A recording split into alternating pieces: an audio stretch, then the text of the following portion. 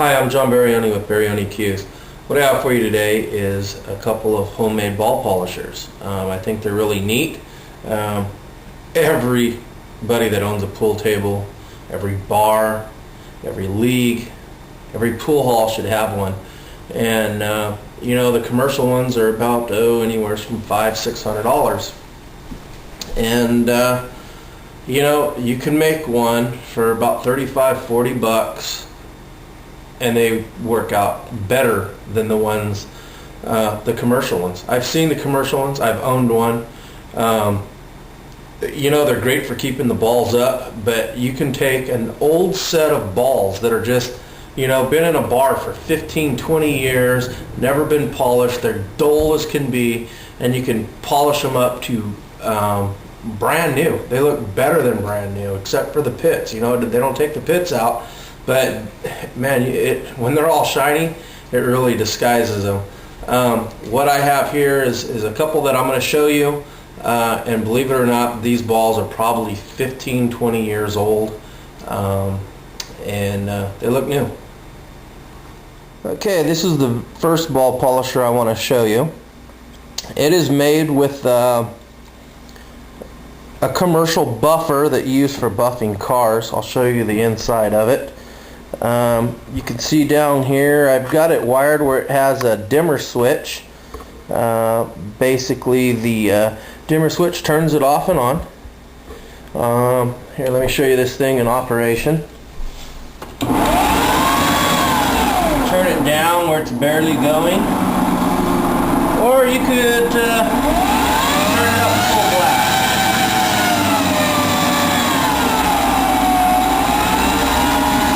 So here it is in motion there.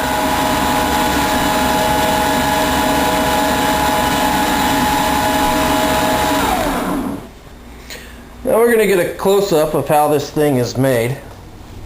Let me take the balls out here. Basically, what we have is just your ordinary carpet, your buffing pad. These are really cool. They're Velcro. They're come right off. And let me take this adapter from the buffer off here, and you guys can see the way that this thing is made. Here we have the inside of the buffer. You can see the bucket that I've made. I made some little brackets out of wood and just zip tied them in there. And anyways, there's your buffer. I used 2 buckets. I put some holes in it so it could breathe, get a little air. Here's the bottom of it. If you want to see the bottom view, you can see the electrical box that I put inside of there. I believe you can see that. Anyways, there's the electrical box, and there's the bottom of the buffer. Okay, this is the second ball polisher. It's made with a automotive polisher, orbital polisher from Walmart in the automotive section. It works really good. We sell these boxes. It's a little router speed control. We sell these for $30–35. It's an on and off switch. They're heavy duty. They have a fuse, and this is what it looks like when it's on. You could put it on the variable speed section and just have it barely going, or you can have it all the way up. And what this ball polisher is good for, what this polisher is really good for, is it keeps your balls maintained. It keeps them shined up and very clean.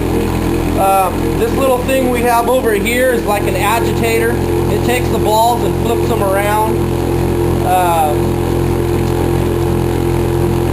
You can kind of see it in action there.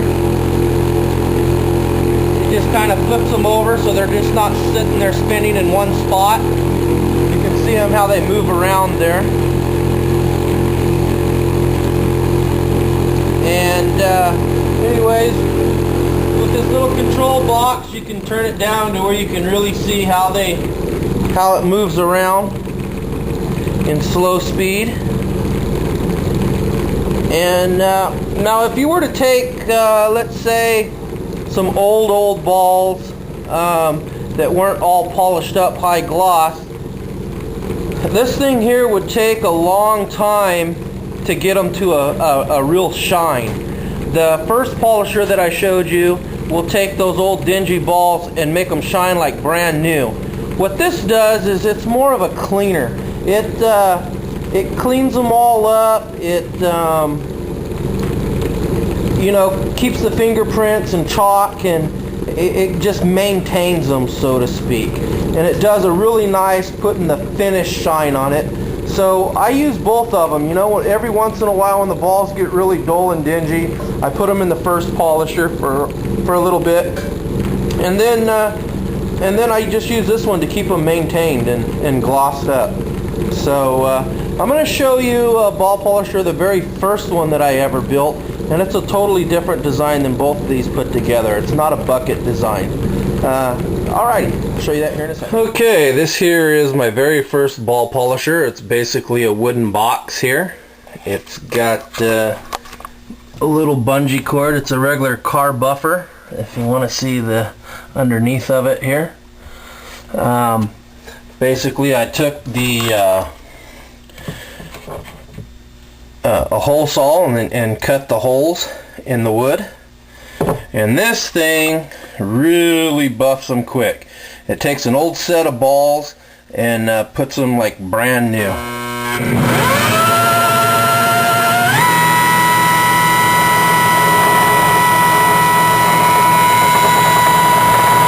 lot of times I just take the rag and I polish the tops of them like this here. Also too, this is a variable speed buffer, so it's you know, you can get it spinning really fast. It's very noisy though.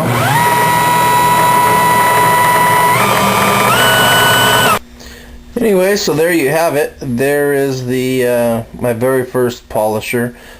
This style is great. The buffer's a little noisy, but you know, I've seen different versions where they have one similar to this right here and they use one of the other quieter polishers. I think they're all really neat designs, but I'll tell you what, pool is so much more enjoyable with a ball polisher. I mean, just keeping the balls up, keeping the equipment up, it plays so different. I hope you enjoyed this video with the 3 ball polishers, how to build them, a little bit of insight about them. I suppose you probably want to know what kind of cleaners and compounds to use. Well, it all depends on how you like to play your pool game. If you use a wax, then it reduces the throw, which makes your cues play better and makes balls cut in more accurately. However, when you go to your local bar or your tavern league where they're not using a ball polisher and the balls aren't waxed, then you get a lot of throw because the balls kind of cling and it carries it offline. So here's the 2 products that I use. You can find them both, I believe, at Walmart, Pep Boys. The first one is this Turtle Wax Express Shine. This is what I use in the ball polisher, you know, the second one that I showed you. And then I like this one, Carnauba Wax from Mothers.